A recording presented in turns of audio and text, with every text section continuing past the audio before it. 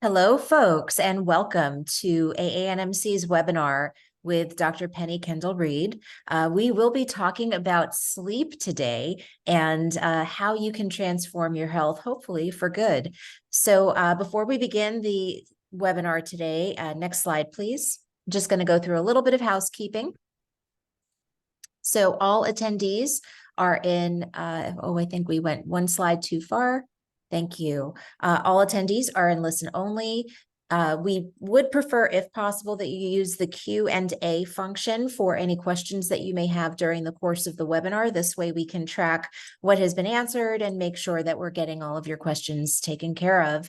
If you do have any concerns, you can direct chat both Angela and myself.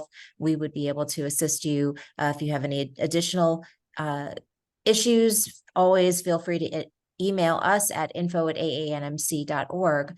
So with that, I am going to introduce our speaker. Dr. Kendall-Reed is a graduate of McGill University and the Canadian College of Naturopathic Medicine. I'm going to leave the rest to you to talk about what you do, but I'm very excited to have Dr. Kendall-Reed with us today. She is a well-regarded naturopathic physician who is very well versed in the topic that we're going to be talking about today. So with that, I'm going to make my face disappear for a little bit, and we'll get to Q&A after Dr. Kendall-Reed speaks. So the show is yours, please. Thank you so much. Thank you, everybody, for joining us today. We were actually chatting a little bit before we got on here, and really great timing for this lecture, because as we're sort of coming to a close of the year and start of the new year, it's when we sort of want to bring in new ideas, new goals, new resolutions, if you will, for next year. And so it's such a perfect time to sort of set the stage for that. With respect to naturopathic medicine, I've been so blessed to be in it for a multitude of decades. But what actually got me into it was running, which is my main hobby here. I used to race running nationally, and I was injured, and I was in and out of physio and doing cortisone injections, and nothing was happening. And one of my sponsors was actually a vitamin company, and they said, we have this product called N-acetylglucosamine, so very similar to glucosamine sulfate. And they said, will you try this? And lo and behold, 10 days later after starting it, I was back to running again.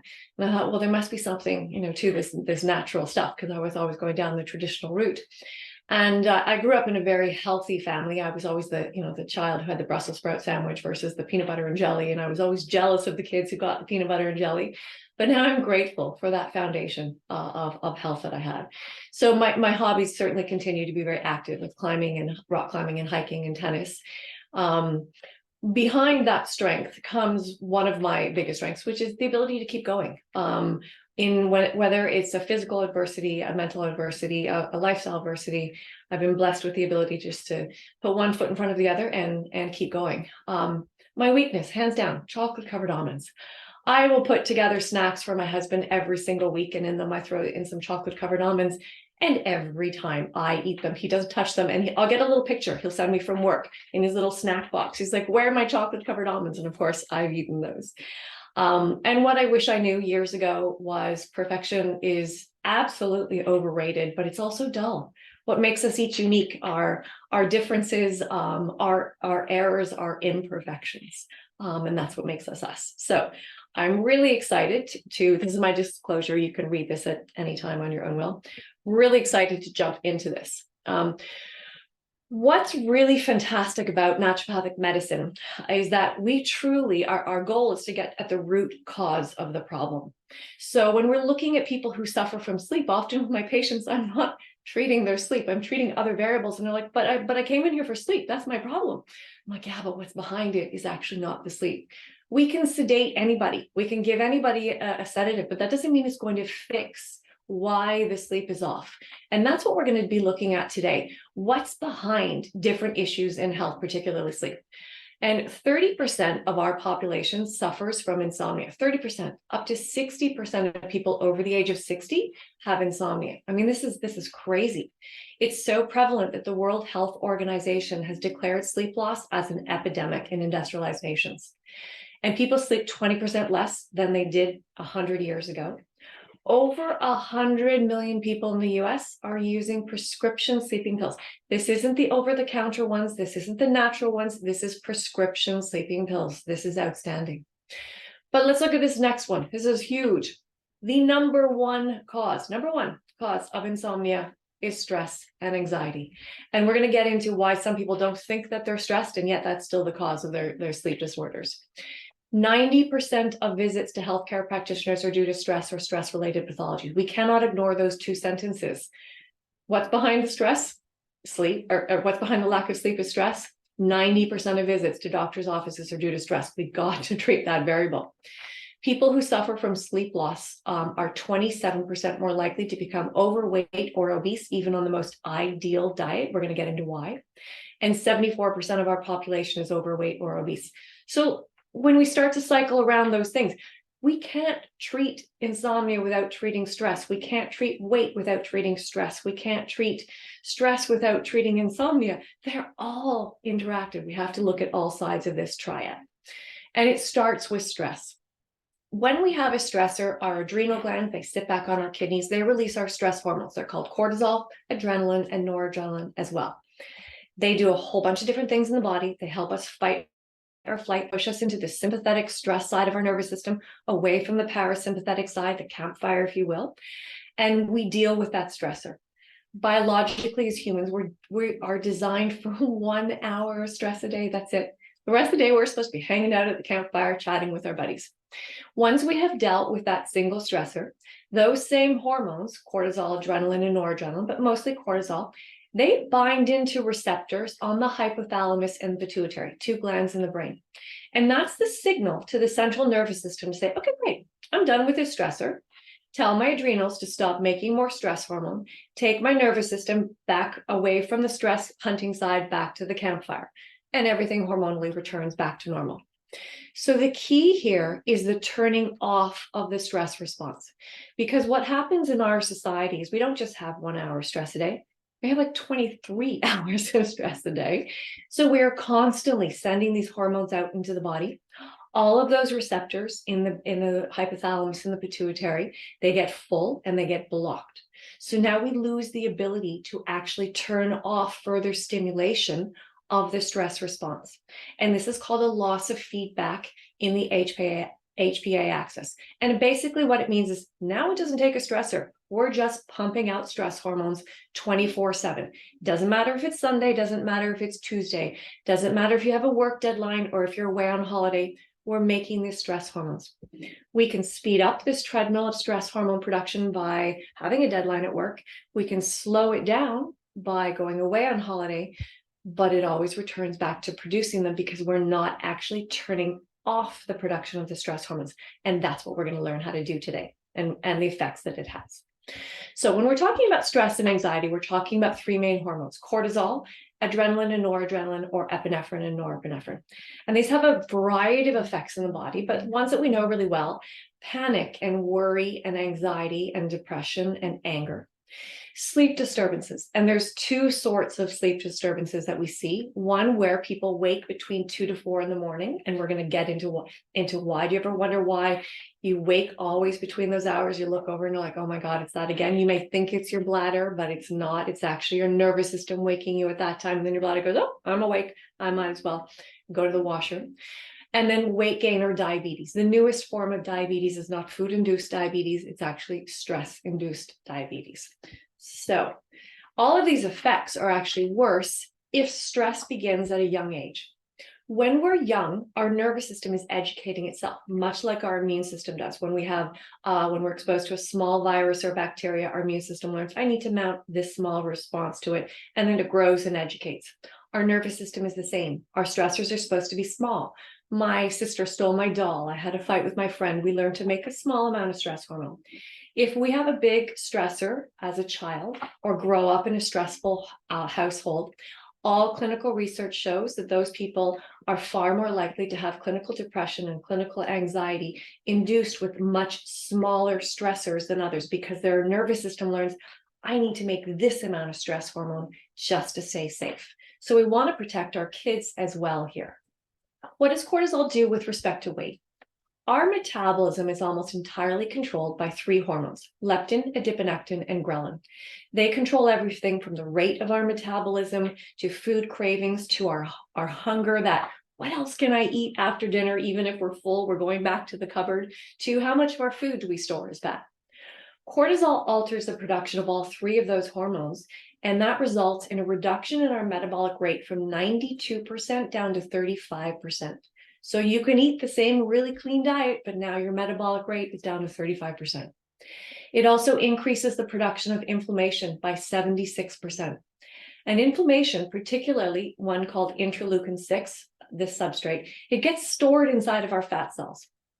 And when toxins or inflammation is stored inside of our fat cells, that's really toxic to the fat cell.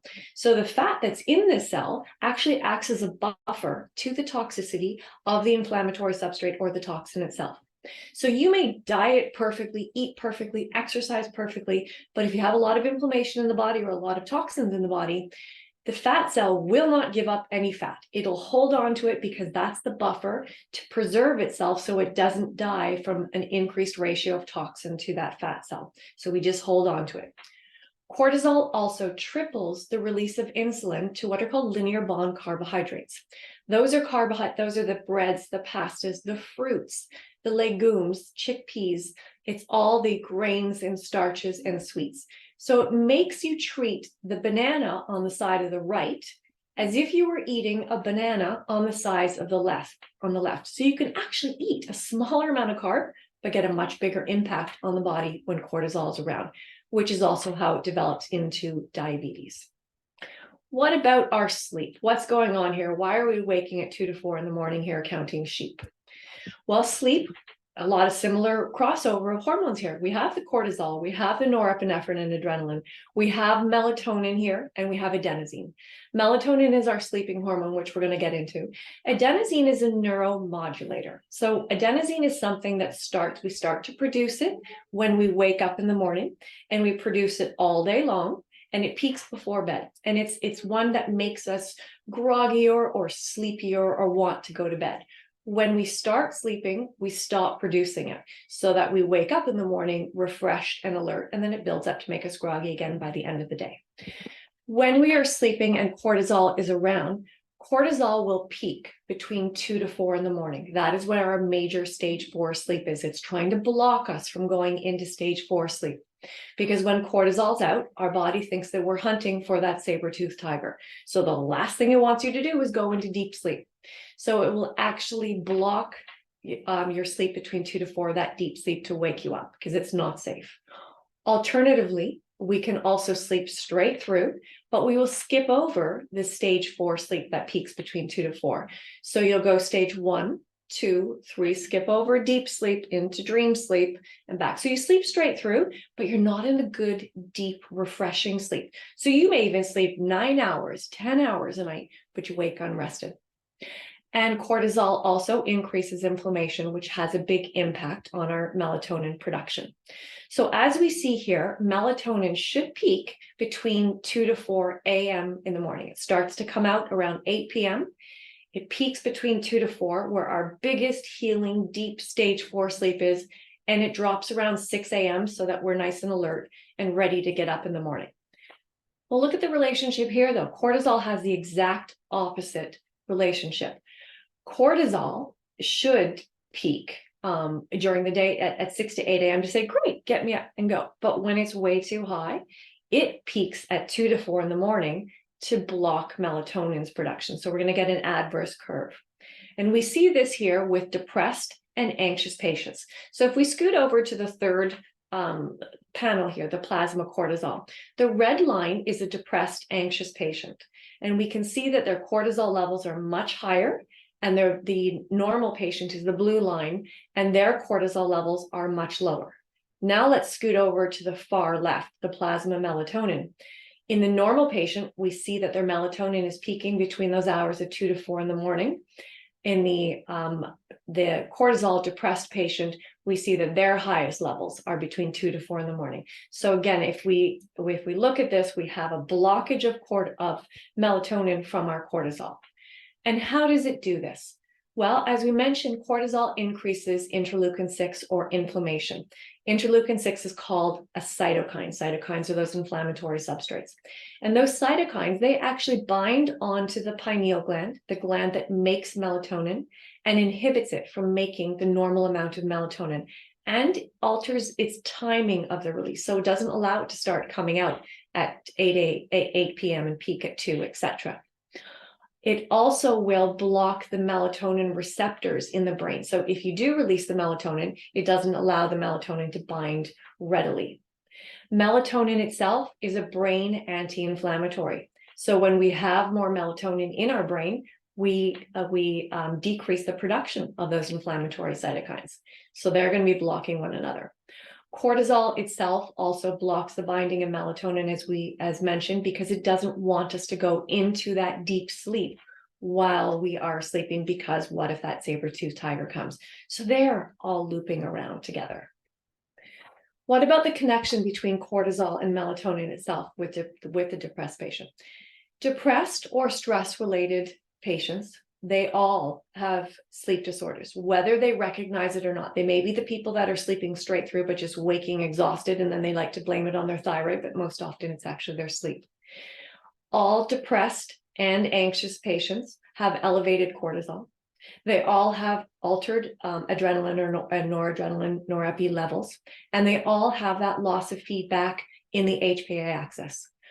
Chronic insomnia, even if they don't have depression, so even if somebody doesn't sleep, but they don't think that they're depressed, they don't have symptoms of depression, they still have the same hormonal picture.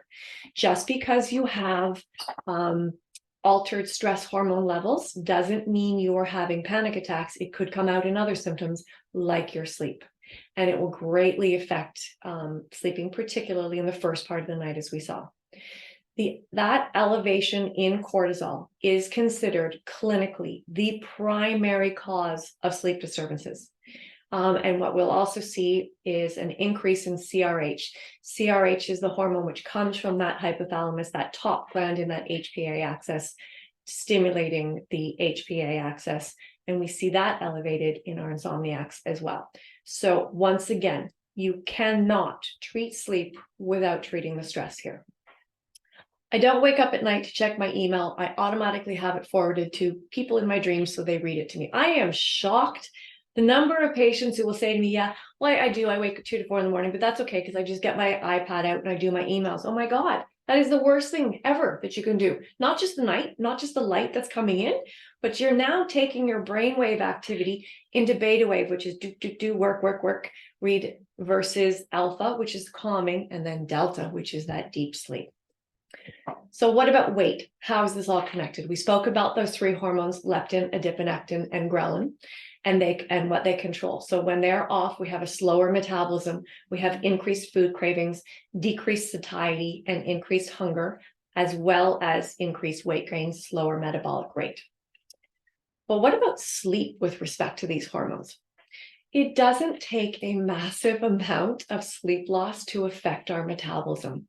This was a study that was done on 25,000 individuals who were normally sleeping 8 hours a night, and they took them down to sleeping just 1 hour less a night for 1 week. So they slept 7 hours versus 8 hours a night. There was a 6% increase in obesity in that 1 week. Just no change in diet, no change in exercise, because sleep deprivation or sleep loss affects those 3 metabolic hormones, adiponectin, leptin, and ghrelin directly. It's sleep loss by 1 hour a night also increases cortisol levels, which also then again affect leptin, adiponectin, and ghrelin. So when we say you need those 8 hours of sleep a night, you need those 8 hours of sleep a night, and you need the deep sleep in there. It's not 10 hours with no good sleep, it's the 8 hours with the good sleep. What about medium-term sleep loss, 2 weeks to 2 months? Now it starts to get even more serious. So here, this was a great study that was done on dieters. So they were already following a weight loss diet and an exercise program, and they were consistently dropping weight week by week. And suddenly what they did is they took them from sleeping 8 hours a night to 6.5 hours a night. Weight loss dropped by 55%, even though their calories stayed the same. And in 4 days, they had a 30% alteration in insulin level just from sleeping that 1.5 hours less per night. Their weight loss diet that was successful for them before, their exercise program that was successful for them before, halted by 55%. Sleep was the only variable there. And what about really long-term sleep loss, like 2 months or more? This was a huge study. Really long-term was actually 16 years, and it was done on 60,000 nurses who started out not overweight. And they followed them for the 16 years. They looked at their weight, their sleep habits, their diet, and other aspects of lifestyle like smoking, etc. 16 years later, those women who slept 5 hours or less versus, and they compared it to 7 hours, not even the 8 hours, they had a 15% higher risk of becoming obese and a 30% higher risk of gaining 30 pounds over the course of the 16 years. So if we look at this, most careers are around 30 years. You double that, that's a 60-pound weight gain over their career with no change in diet or exercise, just that sleep loss. So once again, we're treating weight, we can't not treat sleep. If we're treating sleep, we can't not treat stress. If we're treating weight, we can't not treat. We have to treat all of these guys simultaneously together. So what do we need to do to fix all of this? We need to reduce cortisol, adrenaline, and noradrenaline. But the bigger thing is we have to reestablish that feedback in that stress pathway. We have to not just turn down the production of the stress hormones, we got to turn them off. And that means getting to the non-stress side of the HPA axis. We need to regulate out those circadian rhythms, get that melatonin peaking at 2 a.m, where the good, deep healing sleep is, regulate the melatonin production, and then increase some sedating and calming properties via another neurotransmitter called GABA to help us fall asleep and fall asleep more easily if we do wake in the middle of the night. So the first and most powerful tool we have is lactium. This is an amino acid sequence which is isolated from milk. What it does is it binds into what's called a GABA A1 receptor, which is the calming receptor, and the GABA, but it doesn't bind into the GABA PBR receptor. Just to put this in perspective, our benzodiazepines, like our Ativans, lorazepams of the world, they also bind into the GABA A1 receptor. They also bind into the PBR receptor. So this acts like a benzodiazepine, but without the side effects, without the addiction, and without the sedation, because it's not binding into the PBR receptor. It's that powerful. It also will decrease the stimulation down that HPA axis, and it also resets the receptors on the hypothalamus and the pituitary. So it's the only known ingredient that takes the central nervous system back to the non-stress side, as well as decreasing the stress hormones.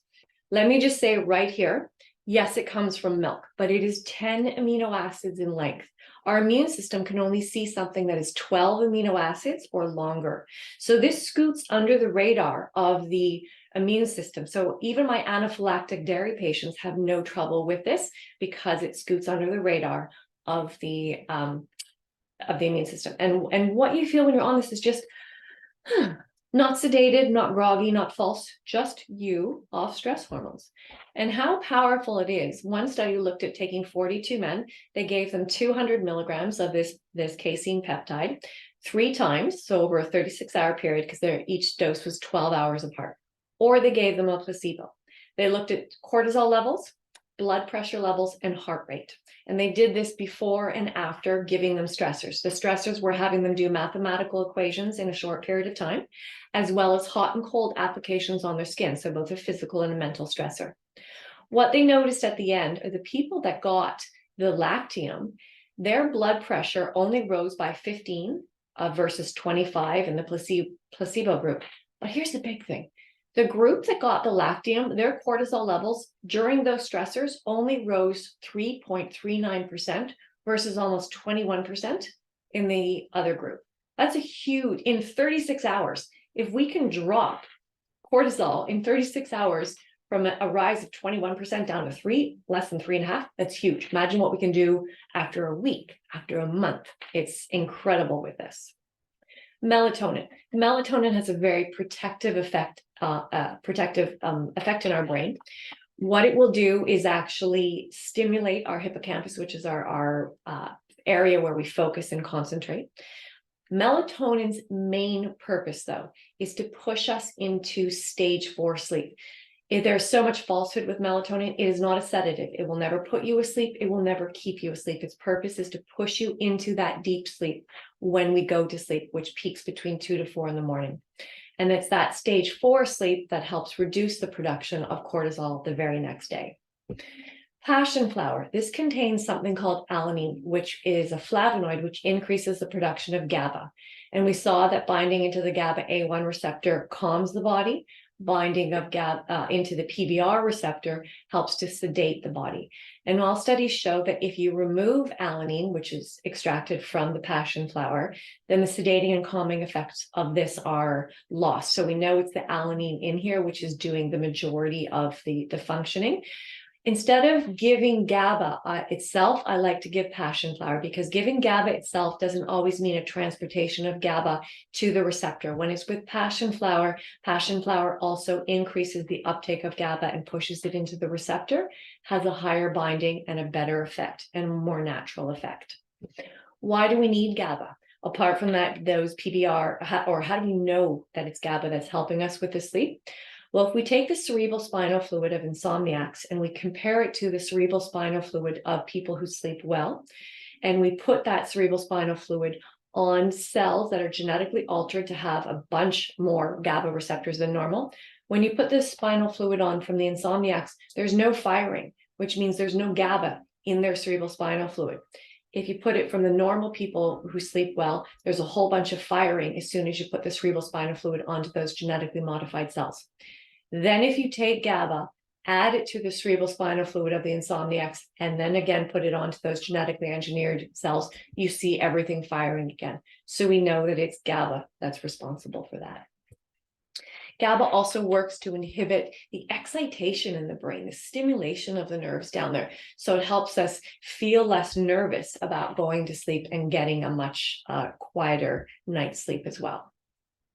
Dolichos biflorus and piperbetyl. These are two herbs which are used to moderate those hormones leptin and ghrelin, adiponectin and ghrelin, those two metabolic hormones. And together they've been shown actually to boost adiponectin by 15% and reduce ghrelin by 20%. And again, this was shown over different clinical research where the weight loss ensued just by adding in these two herbs, moderating those metabolic hormones while still maintaining a fairly high 2,000 calorie diet. Then we also have acetyl L-carnitine, or LCAR. This is very different than L-carnitine itself. Acetyl L-carnitine is very different. And this helps to regulate leptin, that third metabolic hormone. It also supports insulin's actions on muscle and helps maintain good blood glucose levels. We also have resveratrol, so great for so many things. But with respect to our metabolism, it increases thermogenesis, partially by regulating adiponectin and another variable called AMPK. It also helps to increase mitochondrial output, our powerhouses of the cell, so we have more energy. And it increases something called PGC1 alpha. PGC1 alpha will actually brown white fat. So we have two types of fat on our body. Brown is the good thermogenic fat that actually burns fat, and white is the sort of fat that we're all trying to get rid of. Resveratrol will help to take white fat and convert it into brown fat. And then it also increases the fat burning potential through that brown fat by increasing something called uncoupled protein 1. Genetics. Genetics is a huge part of what I do. That's a whole separate lecture in its ballgame. But I just wanted to show you an example of why we can't all eat the same diet or use the same protocol for everything. This is one gene, FTO, which talks about the production of those three metabolic hormones that we talked about. The mouse that's on the left is the mouse that doesn't make those hormones in balance. The mouse that's on the right is the one that genetically does. These are two mice. They're both 20 weeks old. They've had the same diet, the same exercise program, and the same sleep patterns for those 20 weeks, and we can see the difference in size. This is why we have so many diets out on the market, and they all work for somebody, but not for everybody. Keto is another example. There's two really good genes which talk about, are you a good candidate for keto? ApoA2 is one, and FABP2 is one. If you don't code well for these genes, you need to eat less than 22 grams of saturated fat per day. Otherwise, the majority of what you eat, independent of whether there's fat in it, you're going to start storing as fat. And I'm one of these people. When keto first came out, before I did genetics, I was like, oh, that sounds great. I'm going to do it. I got so inflamed and gained weight from it. Now I know why, because I'm one of these people. So if you look at that traditional bulletproof oil where they take the coffee in the morning and you put in your ghee, or you put in your coconut oil, or you put in your MCT oil, 1 ounce of coconut oil or 1 ounce of MCT oil is 16 grams of saturated fat right there.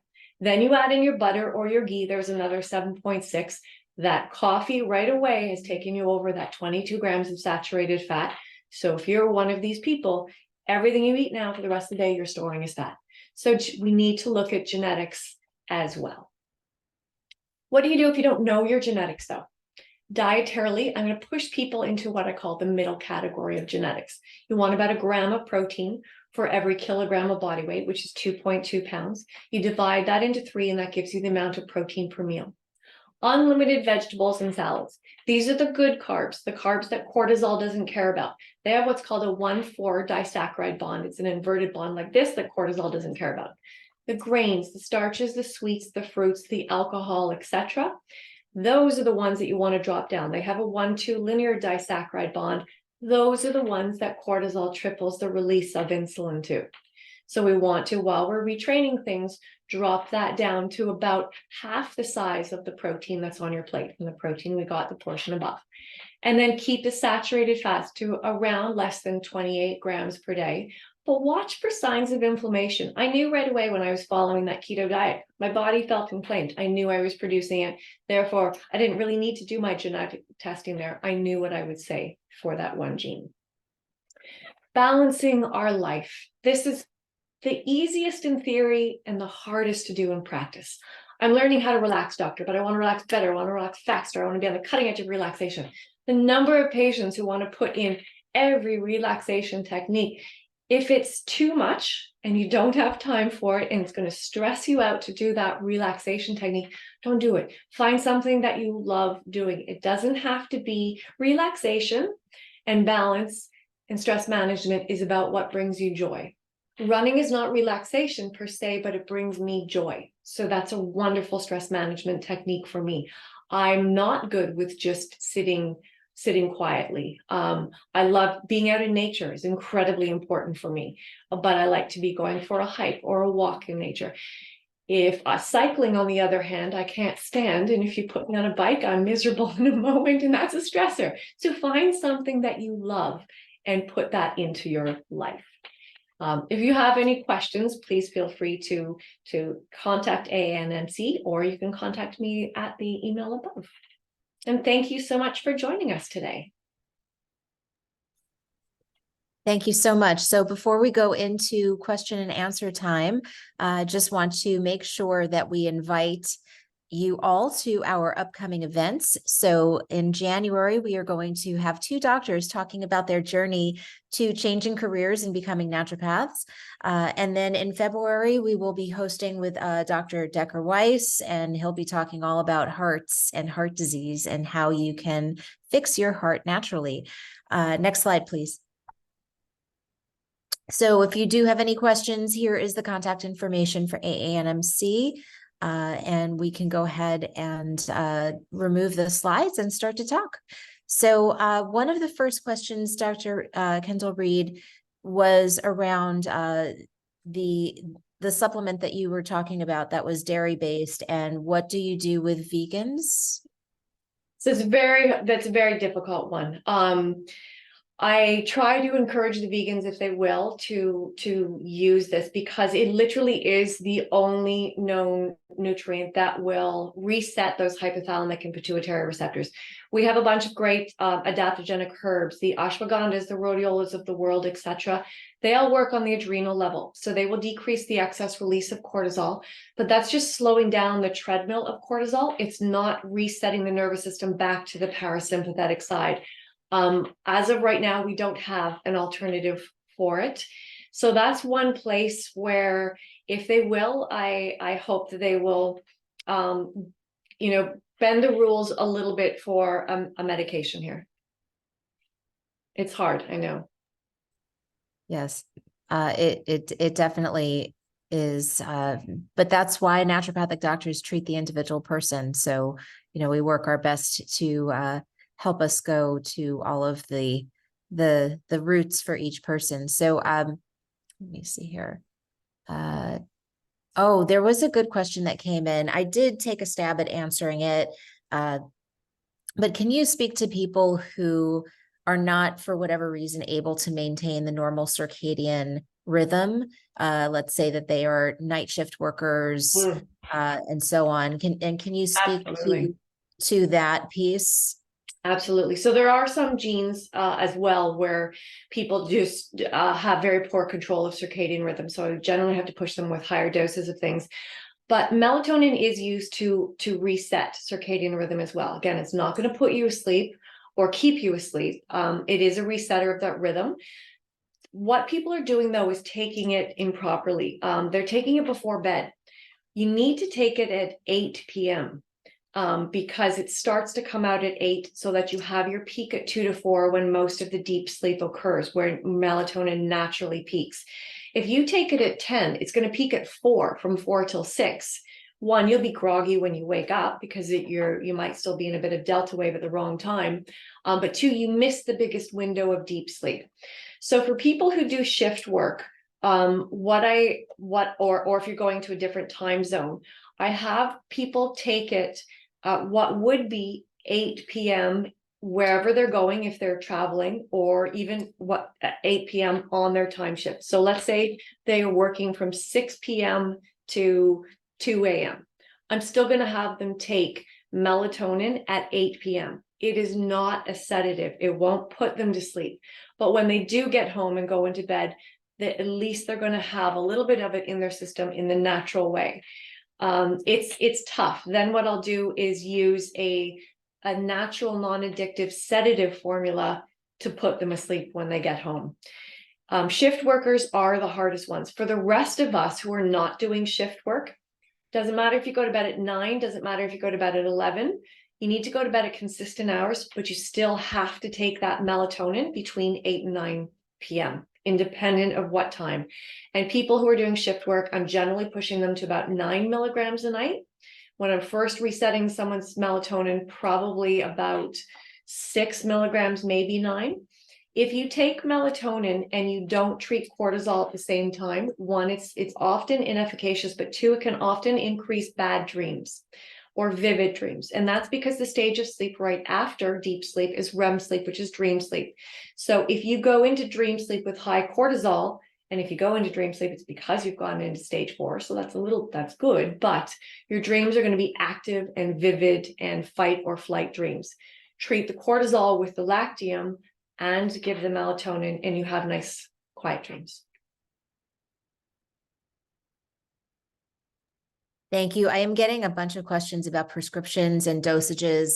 I just want to be on the record that none of this information should stop you from going to see a doctor yourself and getting prescriptions that are best for you. These are just guidelines. This is an educational event. And so and everybody's different. And everybody is different. Right.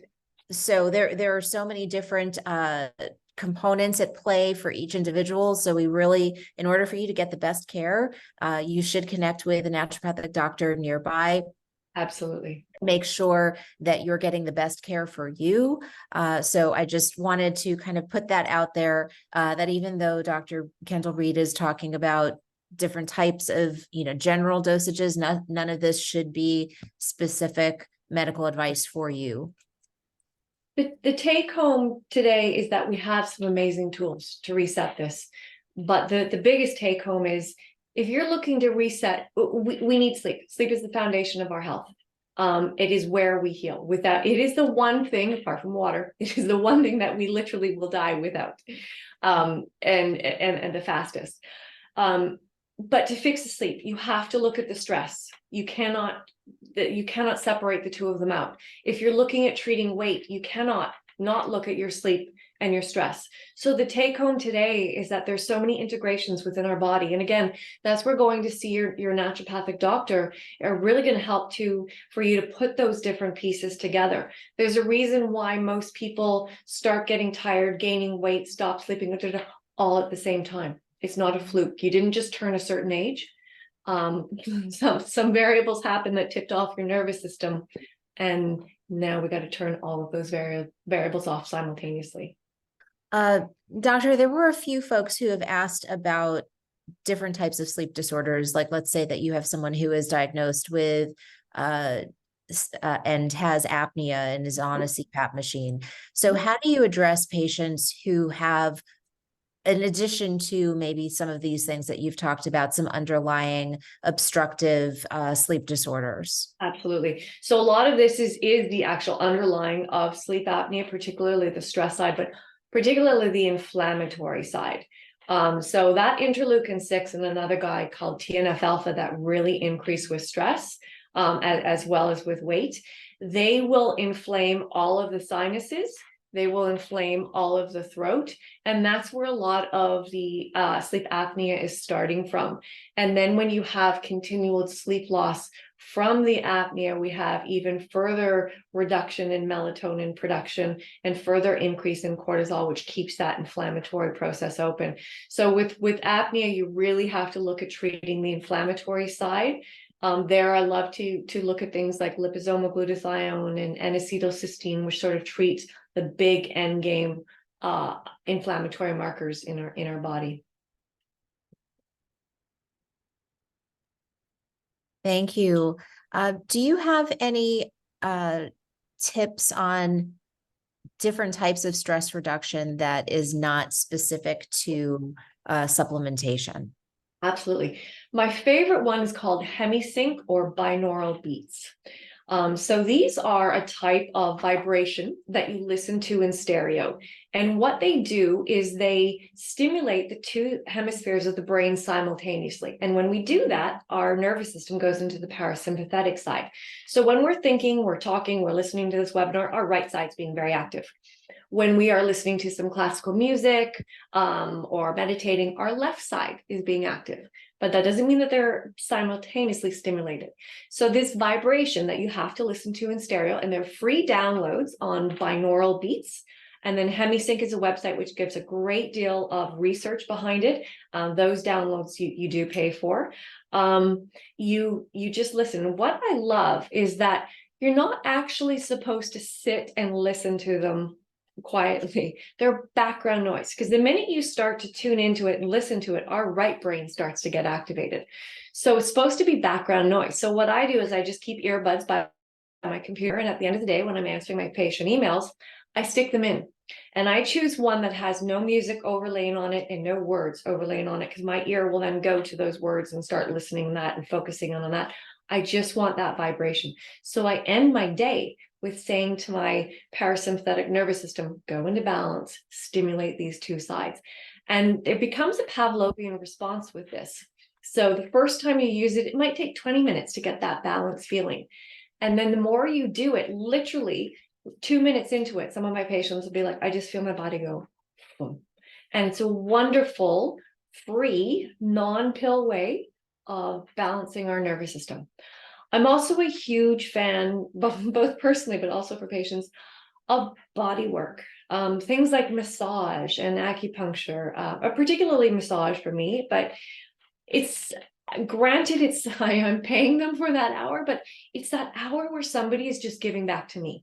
Right? The rest of our days, all of us are spent doling out. We're taking care of our kids, our families, our jobs, and we're just giving. It's that 1 hour where someone is just giving back to you, and it goes so far. Apart from all of the reduction in inflammation, increase in lymphatic flow, all of the great side effects that we have with it, I love that you're giving something back to yourself there with that. That could be a pedicure. It could be whatever, again, is a treat for you.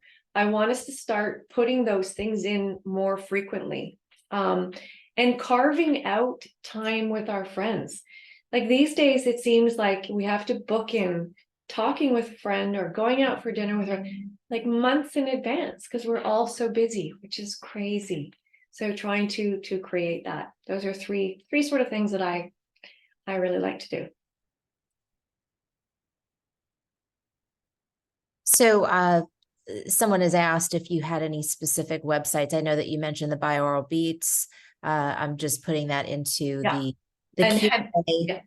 So you can Google, if you just Google binaural beats free, there's tons of websites where you can pay, but I always tell my patients, go to the free one. There's a gajillion of them. And they'll say this one's for calm and this one's for sleep and this one's for happy and they're all the same. At the end of the day, when your two hemispheres are in balance, all of those things take place because that's what takes place in the parasympathetic side. So again, for me, I say choose one with no words, choose ones with no music. And it's kind of like this hum, because I don't want you to focus in on it. You put them in while you're making dinner, as long as you don't need to talk to the rest of your family. Do it while you're doing work on the computer, as long as you're not speaking to somebody across the computer. You can use them as frequently or as infrequently as you wish. HemiSync is that other one, but it's, again, you have to pay for each download. I believe iTunes also has some. You'll have to pay for them on iTunes. So when there's free ones, I say go free. Free is good. Free is good. Free is rare, so take it. Exactly. Tammy asked a question, is there really such a thing as night owls and early birds? Should we all be trying to go to bed at the same time? Can you talk? I know you talked a little bit about bedtimes, that the more important thing is being consistent. Exactly. And particularly consistent with your waking hour. Studies show that even if you get the same amount of sleep, but you shift your waking hour by 1 to 1.5 hours back and forth, that alone will increase weight gain by playing around with those 3 metabolic hormones. So there is a gene called the clock gene, and another one called BAL1, and another one called cryptochrome 1 or CRY1. These 3 genes talk about regulation of circadian rhythm.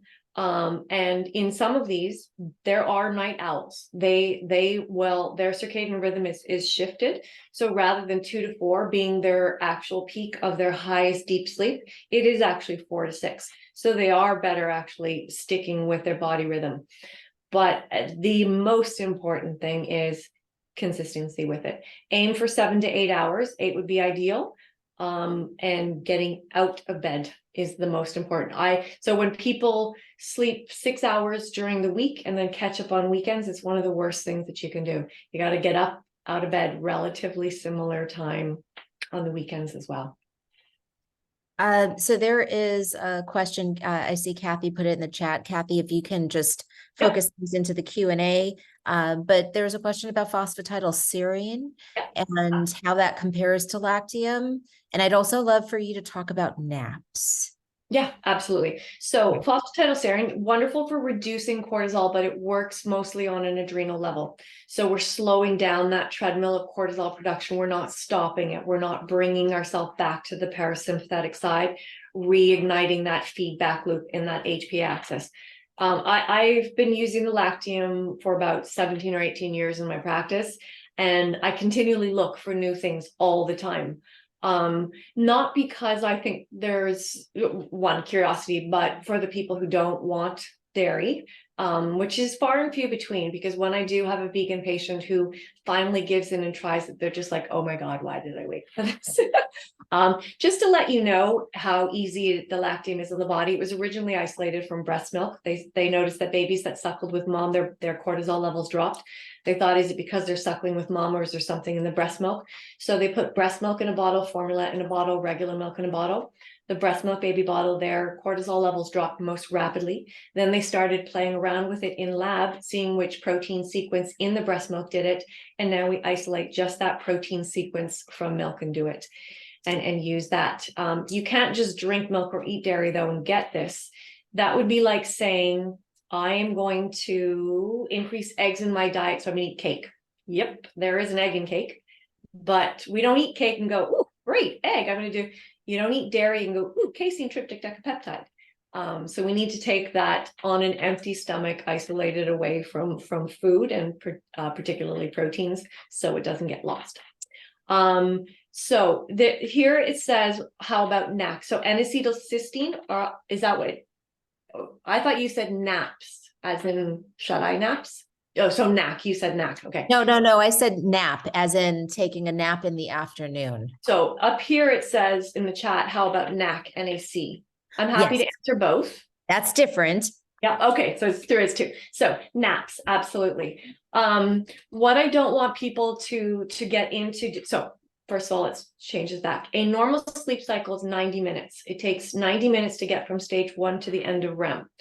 Within that, so there will be a 20-minute stage 4 period, but that doesn't usually kick in until about the 1 hour mark. So if you're napping for less than an hour, generally fairly useless because you're not getting into the right type of sleep.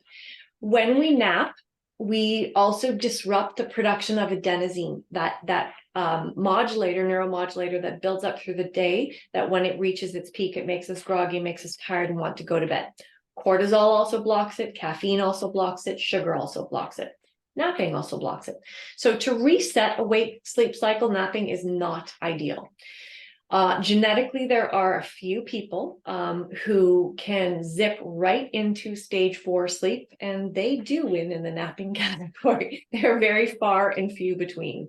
But in general, it has not been shown to be the best thing. Now, if you are somebody who shift works, or because of your schedule, and it's not changeable, and you only get 5 hours to sleep at night, I do encourage a nap, but I do encourage it for more, if you can, longer than an hour and a half, so you can get through at least one cycle of stage 4 sleep there.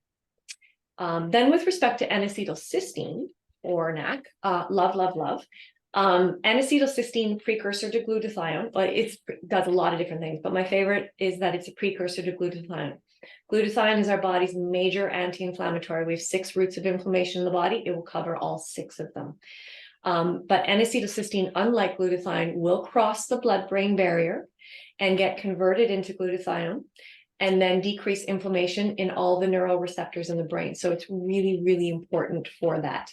It doesn't have a direct reduction in cortisol, but inflammation stimulates the HPA axis. So if we reduce inflammation, that's another source of reducing stimulation of the stress pathway.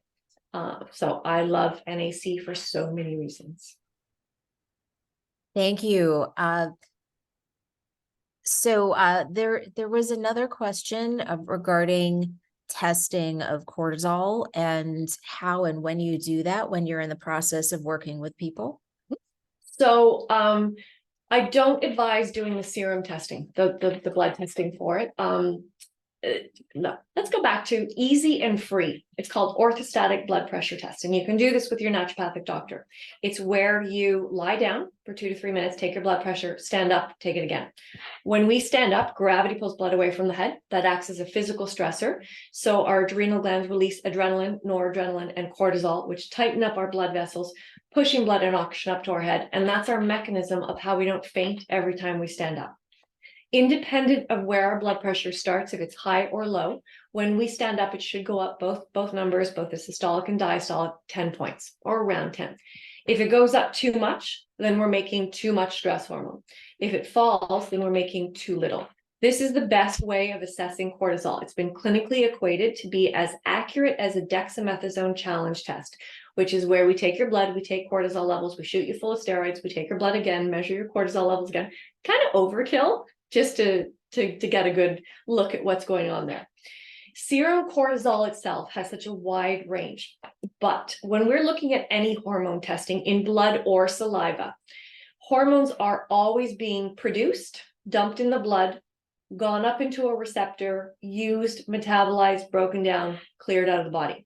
So when we test our saliva in a 4-point, salivary test, if we're doing a Dutch test, or we look at our blood levels, you don't know whether you got that hormone right as it just dumped a whole bunch into your blood or saliva, so your levels look really high, or is all of that hormone bound up into receptors, having a great effect in your body, great if it's serotonin, not so good if it's cortisol, so your levels look really low.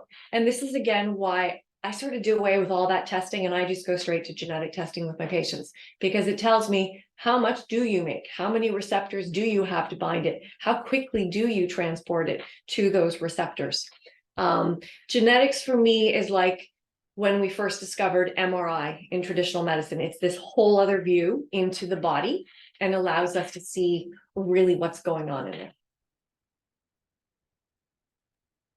Well, thank you so very much. I am going to end our talk today, but I really do appreciate you spending time with us. We usually end a few minutes early just so that folks can get to their next event.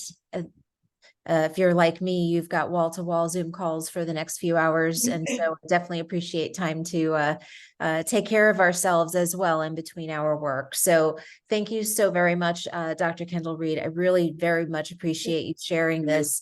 We've had some great questions coming in, great interaction from everyone. And so thank you for all you do and helping people pleasure. sleep better. Thank you so much. Thank you so much for having me. Sweet dreams, everybody.